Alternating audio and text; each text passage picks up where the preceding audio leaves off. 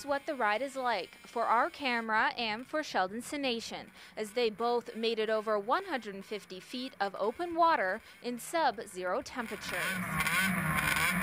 Sheldon and our camera were both part of Midland's Winterfest Puddle Jump competition this past weekend.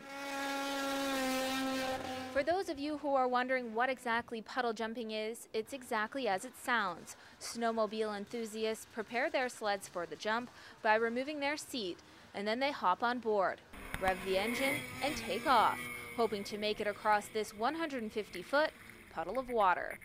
This is what it looked like when we recorded an eighth of the speed. You can see what actually happens, how the skis come out of the water. Sheldon Sination says he's been puddle jumping most of his life, but let's keep that a secret. I don't know, since I started riding snowmobiles. Don't tell my dad that. Don't tell my dad that.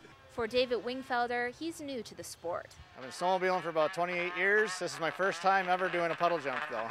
It was on a bet. I bet my buddy that he wouldn't get the sled done in time, and he did, so here I am doing it. After making it over once, David is now taking it jump by jump. The original goal is to get through the first run, and I did, so now it's just to see how far we can get it. I got maybe one that I got to worry about. I got one guy, that's it. After checking out the competition, Sheldon is confident he can win if he follows one simple rule. Just going to try to keep going slower and slower, and by the end it gets down to the slowest competitor, so I think I can be the slowest. That's the plan, just keep practicing going slow. As Sheldon and David both successfully make the puddle jump, others were not as lucky. Catlin Courier left with a sinking feeling. Well, I went to give her, I went to pull out, but my belt got wet, so I went for a bath.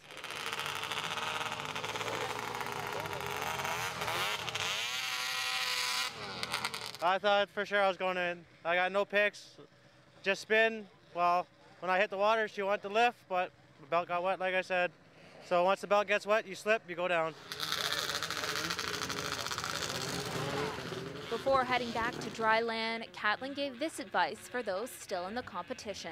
Seal up all your machines so water don't get to the belt.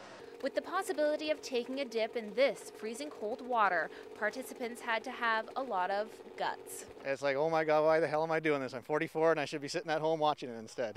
It's just a rush because you're driving something that belongs on the snow, on the water, so yeah, it's a bit of a rush. You get to push the limit a little. I just takes a guy that just wants to get his sled ready and go for it. I don't think it does any damage to them. They can get them running, no problem. It takes guts, definitely. I wouldn't do it. I don't know, I saw some guys in jeans when they went under us. I was like, holy, cold standing over here. Wishing he could take part in the event, but sitting on the sidelines is Nick Clayfield. I wanted to do it this year, but then they said that it had to be over 18, and my sled, the throttle is broken, so I couldn't go.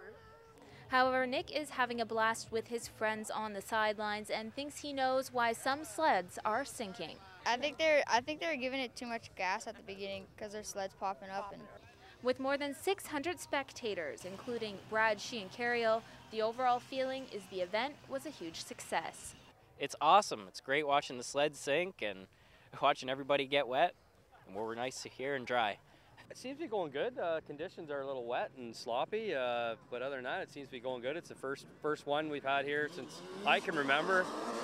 So hopefully next year it'll take off and get even bigger and better. Great crowd, yeah. I haven't been to one of these in about 20 years, and it's good to see everybody coming out for them still, so it's good to see. The Puddle Jump event here in Midland hasn't actually been held for several years, but from the reaction from the sledders today and from all the crowd here today, they definitely want it back next year. In Midland, I'm Elizabeth Smith.